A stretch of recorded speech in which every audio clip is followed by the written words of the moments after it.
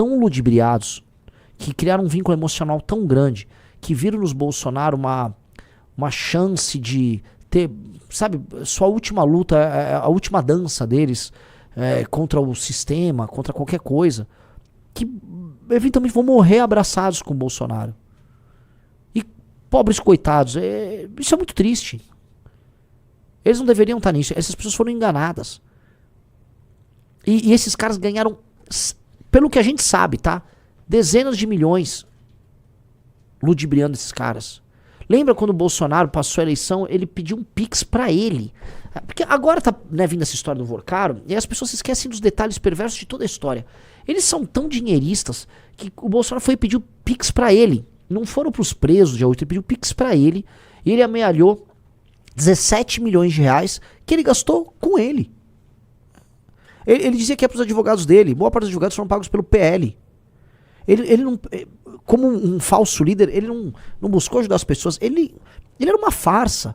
Tanto que o filme biográfico que está sendo feito sobre ele, como eu mostrei pra vocês, recriou a história dele. Inventou lá que ele prendeu um traficante e o cara mandou o Adélio matar ele. Porque a vida real, a história que vocês tinham que contar, é como vocês criaram um meme lá no programa da Luciana Gimenez, e isso ludibriou milhões de pessoas, e com base nisso eles ganharam uma eleição e não sabiam o que fazer com o país que vocês assumiram, fizeram fortuna, enganaram mais um monte de gente, viram que iam perder a eleição, enganaram de novo as pessoas, mandaram pra frente do quartel, tentaram um golpe muito mal ajambrado, terminaram presos, e ainda tentaram ganhar mais um dinheiro depois. É essa a história. Não é uma história gloriosa, só um golpe. Os mais novos, isso tá nítido, não vão abraçar isso. Os mais novos não vão.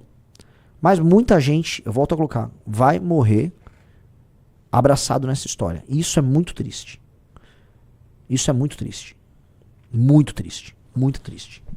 Tá? Isso é bizarro.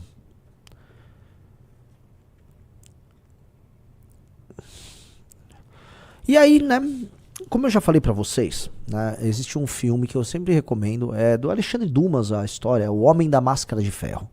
Né, eu acho muito bom, porque eu sempre falei isso. Eu já tinha percebido essa história quando houve o surgimento dos primeiros ex-MBL. Tá? E o que acontecia? Uma pessoa que entra para o MBL, ela sabe, e quando nos conhece não só o topo, mas conhece o sistema de valores da própria militância, ele sabe que nós estamos certos e que nós somos valorosos no que nós fazemos. E aí muitas pessoas, elas querem ascender na estrutura do MBL rápido. Ou querem mandar. Ou têm ideias. Porque existe um grande problema na falta de humildade, que é a pessoa que não tem muito talento, mas ela tem ideias. Aí essa pessoa tem ideias. O João Bétega, que foi do MBL, ele tinha ideias. Ele falava, mas Renan, e se fizermos vídeos apoiando o Bolsonaro? Nós vamos crescer mais. Era uma ideia. Ele achava essa uma boa ideia. Ele achava que, ele teve uma epifania e que nós éramos pouco generosos e não ouvia a ideia dele. Ele nunca seria líder de nada. Tanto que ele saiu do MBL, ele não é líder de nada. Ele grava igual um replicante. Ele é uma IA de si próprio. Ele grava todo dia o mesmo vídeo. É o mesmo vídeo. Se você pegar, o Riso vai abrir. Abra o Instagram do João Bétega pra ver. Mas o que é o ex-MBL? Né? Ele é um cara que percebe que ele é uma versão pior do que é o MBL.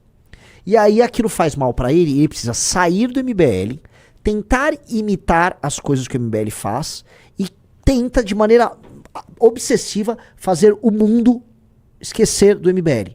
Porque o MBL gera uma sombra gigantesca neles. Por quê? Porque o que é certo gera uma sombra no que é errado. Nós, pra todos eles, deveríamos desaparecer. Que é o que acontece no livro O Homem da Máscara de Ferro, no filme O Homem da Máscara de Ferro. Que são dois irmãos gêmeos, né?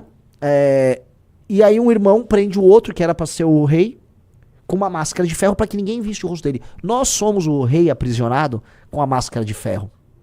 Que ninguém poderia ver que era o verdadeiro rei. E que é aprisionado. Então, qual é a função desses caras todos? É tentar aprisionar. As pessoas não podem saber o que é o MBL. Porque se as pessoas descobrirem o MBL, as pessoas vão falar o MBL tá certo. E se o MBL tá certo, nós não podemos existir porque nós somos ruins. Aí tá a imagem do filme. Esse é um grande filme dos anos 90. É assim, até com um amigo nosso que tá aqui, é assim como Troia, um daqueles filmes que todo mundo falou que era ruim, e aí o tempo passa, e você fala, porra, né? Em tempos de Christopher Nolan fazendo Odisseia, isso aqui era uma obra-prima quando a gente olha, sabe? Mas, eu vou dar um exemplo da pessoa mais obcecada com o MBL. Com o mais obcecado do... E esse não é nenhum ex-MBL, porque ele tentou sempre imitar o MBL paralelamente, tá? Mas que ele sabe que nós somos muito superiores, tanto que imita tudo que eu falo. Vá, por favor, no X, numa das minhas últimas postagens.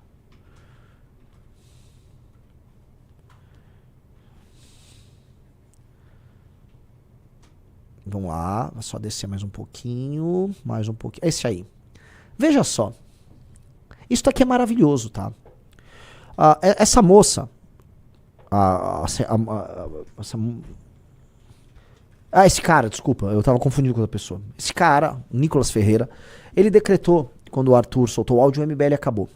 E ele ficou fazendo um périplo pelo programa Pânico, do Patético Emílio, e outros programas, foi no Brasil Paralelo, pra decretar, o MBL acabou, ele traiu o Bolsonaro, ele acabou, olha